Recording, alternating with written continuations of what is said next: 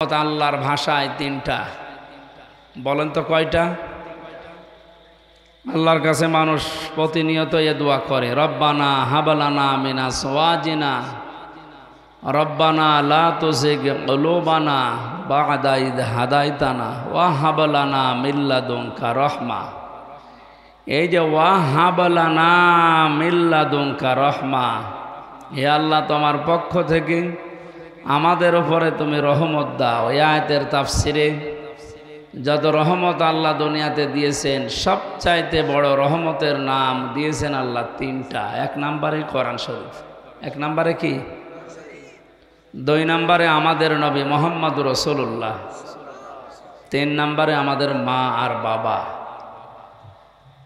সুতরাং এক নম্বর রহমতের নাম যেটা এসেছে তাফসিরে, তার নাম কোরআনে কারীম। আমরা সেই কোরআন থেকে আলোচনা শোনার জন্য এখানে বসেছি। এটা রাজনৈতিক মঞ্চ না।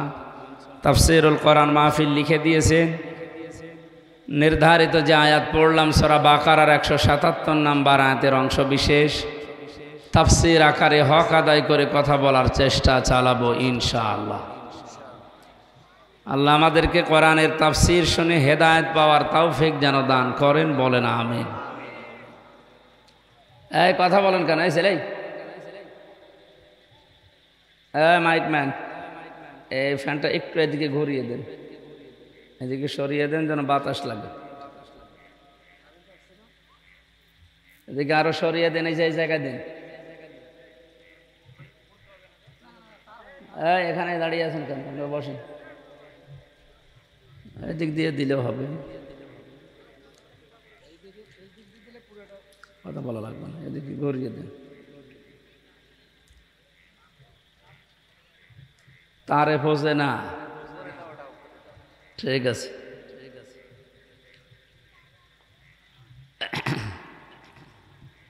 মাঝে 12-13 দিন গলা বসা অবস্থায় ছিলাম না? ইউটিউবে আপনারা আলোচনা দেখেছেন, যারা প্রায় 12-13 দিন গলা বসা অবস্থায় ছিলাম।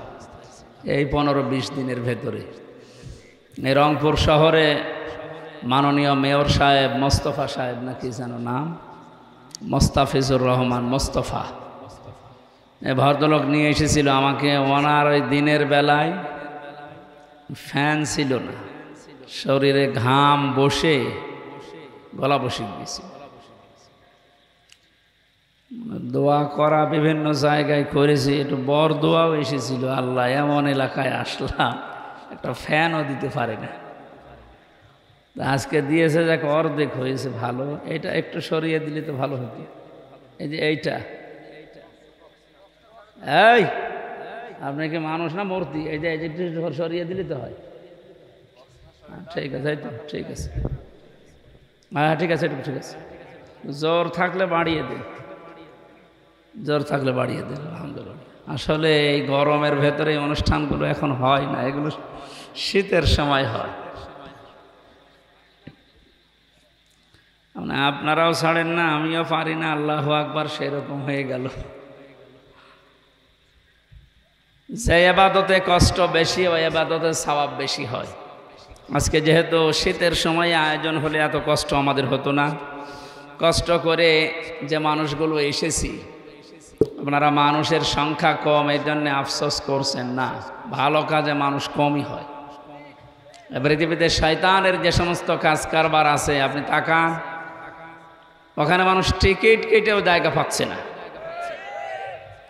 আর এই জায়গায় মানুষকে দাওয়াত দিয়ে নিয়ে আসা যাচ্ছে না। তার মানে জান্নাতে যাবে যারা, তাদের সংখ্যা কমই হবে। কোরআনে কারীম যদি কিয়ামতের ময়দানে কারোর জন্য সুপারিশ করে, সে জান্নাত পাবে, মাস্ট বি, পাবে। আর যদি কোরআনে কারীম বলে না, এর জান্নাতে দেওয়া যাবে না, আল্লাহ আপনাকে জান্নাত দেবে না, এটাই ফাইনাল। আল কোরআনু হুজ্জাতুল লাকা ওয়া আলাইকা। নবীজি বলেন, এটা যদি পক্ষে সাক্ষী দেয়, তুমি বিশ্বাস করতে পারো আল্লাহ তোমাকে জান্নাত দেবে। যদি বিপক্ষে যায়, আর দুনিয়াতে যদি তুমি আকাশ দিয়ে উড়িয়েও যাও, তারপরও তুমি জাহান্নামে। আল্লাহ আমাদেরকে পক্ষে থাকার তৌফিক দিন, বলেন আমিন। এটা নাজিল হওয়ার পর থেকে আজকের এই দিন পর্যন্ত কথা শুনতেছেন। এটা কি কবরস্থান? পাশে আছে, এরা তো না। আপনারা জিন্দা মানুষের মতো জবাব দেবেন। কোরআন নাজিল হওয়ার পর থেকে আজকের এই দিন পর্যন্ত যাদের সামনেই নবীজি কোরআন পড়েছেন, শুনিয়েছেন, বুঝিয়েছেন, এই মানবতা কোরআনে কারিমকে রিসিভ করার ব্যাপারে, শোনার ব্যাপারে 3 শ্রেণীতে বিভক্ত হয়েছে, এখন হচ্ছে, কিয়ামত পর্যন্ত এরকম থাকবে। কয় প্রকার বলেন তো? 1 নম্বরেই কোরআন শুনলেই, ওই 1500 বছর চলছে, শুনলেই বাধা দিত। আল্লাহ তাদের নাম দিয়েছেন কাফের। নাম কি? এখন তো আর কাফের নেই না। এদেশে আমরা 96% মুসলমান, 4 ভাগ আছে অন্যান্য জাতি। তো ওরা তো জীবনে কোরআনে বাধা দেওয়ার সাহস পাবে না। তাহলে মুসলমান আমরা যারা 96% দাবি করছি, যাদের ছোটকালে মুসলমানই দেওয়া আছে, এই মানুষগুলো যদি কোরআনে বাধা দেয়, আল্লাহর কোরআনের আয়াত অনুযায়ী ফতোয়া, তারা কি? এটা তো আমি বানালাম নাকি? সূরা হামিম সেজদার 26 নম্বর আয়াতে আল্লাহ জানিয়েছেন, ওয়াকালাল্লাযীনা কাফারু লা তাসমাউ লিহাযাল কুরআন অলগাউ ফীহি লাআল্লাকুম তাগলিবুন। আল্লাহ পাক বলেন, হে নবী, কোরআন নাজিল হওয়ার পরে কাফেরেরা সিদ্ধান্ত নিয়েছিল, এখনো নিচ্ছে, ভবিষ্যতে কিয়ামত পর্যন্ত যারা কাফের তারা এই সিদ্ধান্ত নেবে। কি? লা তাসমাউ লিহাযাল কুরআন, হে পৃথিবীর মানুষেরা, এই কোরআন শুনতে যেও না, কোরআন শোনা যাবে না, এর প্রচারে, এর প্রসারে যেভাবেই হোক বাধা দাও, বন্ধ করে দাও। শুধু বাধা দাও, বন্ধ করে দাও, এতটুকু তারা শেষ করেনি। আল্লাহ বলেন, ওয়ালগাউ ফীহি, এটা কি করে বন্ধ হয় সেই চেষ্টা করো। দরকার হয় হট্টগোল বাঁধাও, ঢোল ডুকি তবলা বাজাও,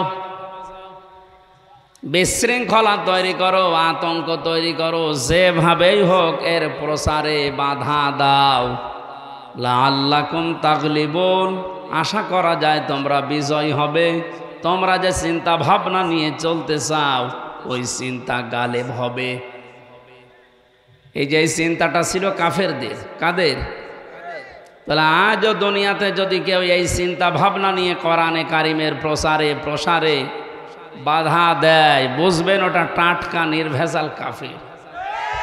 মনে করেন না, ওর নামের আগে মুসলমান লেখা আছে, মোহাম্মদ লেখা আছে, মসজিদের সভাপতি, ও ঈদগাহ কমিটির সেক্রেটারি। আরে ভাই, ও তো এই কি লালমনিরহাট মসজিদের সভাপতি, আর আবু জেহেল ছিল কাবা শরীফের সভাপতি। বলেন তো, কাবা শরীফের সভাপতি হওয়ার পরেও যদি ও কাফের হয়, এ লালমনিরহাট জেলার কোনো খবর আছে? একটাই কথা, ও বাধা দিয়েছিল কোরআনে। এই যে আয়াতটা বললাম, সূরা হামিম সেজদার 26 নম্বর আয়াত, ওই জামানায় যেহেতু ও ক্ষমতায় ছিল, ওর একটা সংসদ ছিল, নাম ছিল দারুন নদওয়া।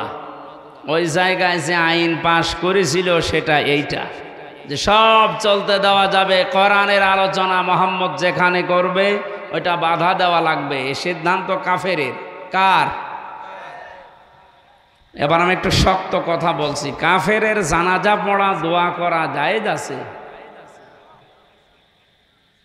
আপনারা মনে হয় আমার ভাষা বোঝেন না। কাফের মরে গেলে দোয়া করা জায়েজ আছে, জানাজা পড়া না। কেন বলেন তো? কারণ আল্লাহ তাকে মাফ করবে না। বিশ্বনবী মুহাম্মদুর রাসূলুল্লাহ নিজে পর্যন্ত, তার চাচা কাফের ছিল, তার চাচা কাফের ছিল না? তিনি একবার দুইবার না, কবরের পাশে যে আবু তালিবের জন্য দোয়া করেছিলেন, আল্লাহ তুমি আমার চাচা আবু তালিবকে মাফ করে দাও। সঙ্গে সঙ্গে জিবরাইল এসে বলেছেন, হে নবী হাত নামান। কার জন্য হাত তুলেছেন? এই লোকটা আপনার চাচা, আল্লাহ ভালো করে জানে। এটা দোষ সম্পর্কের, গ্রাম সম্পর্কের চাচা না, এটা আপন চাচা, আল্লাহ তাও জানে। কিন্তু লোকটা তো মুশরিক। লোকটা কি? আরো জোরে বলে। সে আল্লাহ একজন আছে বিশ্বাস। আল্লাহ পাক বলেন, হে নবী, কোরআন নাজিল হওয়ার পরে কাফেরেরা সিদ্ধান্ত নিয়েছিল, এখনো নিচ্ছে, ভবিষ্যতে কিয়ামত পর্যন্ত যারা কাফের তারা এই সিদ্ধান্ত নেবে। কে? লা তাসমাউ লিহাযাল কোরআন, হে পৃথিবীর মানুষেরা, এই কোরআন শুনতে যেও না। কোরআন শোনা যাবে না, এর প্রচারের প্রসারে যেভাবেই হোক বাধা দাও, বন্ধ করে দাও। শুধু বাধা দাও, বন্ধ করে দাও, এতটুকু তারা শেষ করেনি। আল্লাহ বলেন, ওয়ালগাউ ফিহি, এটা কি করে বন্ধ হয় সেই চেষ্টা করো। দরকার হয় হট্টগোল বাঁধাও, ঢোল ডুকি তবলা বাজাও, বিশৃঙ্খলা তৈরি করো, আতঙ্ক তৈরি করো, যেভাবেই হোক এর প্রসারে বাধা দাও। লাআল্লাকুম তাগলিবুন, আশা করা যায় তোমরা বিজয় হবে। তোমরা যে চিন্তা ভাবনা নিয়ে চলতে চাও, ওই চিন্তা গালেব হবে। এই যে চিন্তাটা ছিল কাফেরদের। কাদের? তাহলে আজও দুনিয়াতে যদি কেউ এই চিন্তা ভাবনা নিয়ে কোরআনে কারিমের প্রসারে প্রসারে বাধা দেয়, বুঝবেন ওটা টাটকা নির্ভেজাল কাফির। আমাদের মনে করেন না, ওর নামের আগে মুসলমান লেখা আছে, মোহাম্মদ লেখা আছে, মসজিদের সভাপতি, ও ঈদগাহ কমিটির সেক্রেটারি। আরে ভাই, ও তো এই কি লালমনিরহাট মসজিদের সভাপতি, আর আবু জেহেল ছিল কাবা শরীফের সভাপতি। বলেন তো, কাবা শরীফের সভাপতি হওয়ার পরেও যদি ও কাফের হয়, এ লালমনিরহাট জেলার কোনো খবর আছে? একটাই কথা, ও বাধা দিয়েছিল কোরআনে। এই যে আয়াতটা বললাম, সূরা হামিম সেজদা 26 নম্বর আয়াত। ওই জামানায় যেহেতু ও ক্ষমতায় ছিল, ওর একটা সংসদ ছিল, নাম ছিল দারুন নদওয়া। ওই জায়গায় যে আইন পাশ করেছিল সেটা এইটা, যে সব চলতে দেওয়া যাবে, কোরআনের আলোচনা মোহাম্মদ যেখানে করবে ওইটা বাধা দেওয়া লাগবে। এই সিদ্ধান্ত কাফেরের। কার? এবার আমি একটু শক্ত কথা বলছি। কাফেরের জানাজা পড়া, দোয়া করা জায়েজ আছে? আপনারা মনে হয় আমার ভাষা বোঝেন না। কাফের মরে গেলে দোয়া করা জায়েজ আছে? জানাজা পড়া না। কেন বলেন তো? কারণ আল্লাহ তাকে মাফ করবে না। বিশ্বনবী মুহাম্মদুর রাসূলুল্লাহ নিজে পর্যন্ত, তার চাচা কাফের ছিল। তার চাচা কাফের ছিল না? তিনি একবার দুইবার না, কবরের পাশে যে আবু তালিবের জন্য দোয়া করেছিলেন, আল্লাহ তুমি আমার চাচা আবু তালিবকে মাফ করে দাও। সঙ্গে সঙ্গে জিবরাইল এসে বলেছেন, হে নবী, হাত নামান। কার জন্য হাত তুলেছেন? এই লোকটা আপনার চাচা, আল্লাহ ভালো করে জানে। এটা দোষ সম্পর্কের, গ্রাম সম্পর্কের চাচা না, এটা আপন চাচা, আল্লাহ তাও জানে। কিন্তু লোকটা তো মুশরিক। লোকটা কি? আরো জোরে বলে। সে আল্লাহ একজন আছে বিশ্বাস করত, কাবা ঘর আল্লাহর ঘর, এইটাও বিশ্বাস করত, কিন্তু আল্লাহর বিধানের সাথে, আল্লাহর শক্তির সাথে ও শিরিক করত। ও মারা যাওয়ার সময়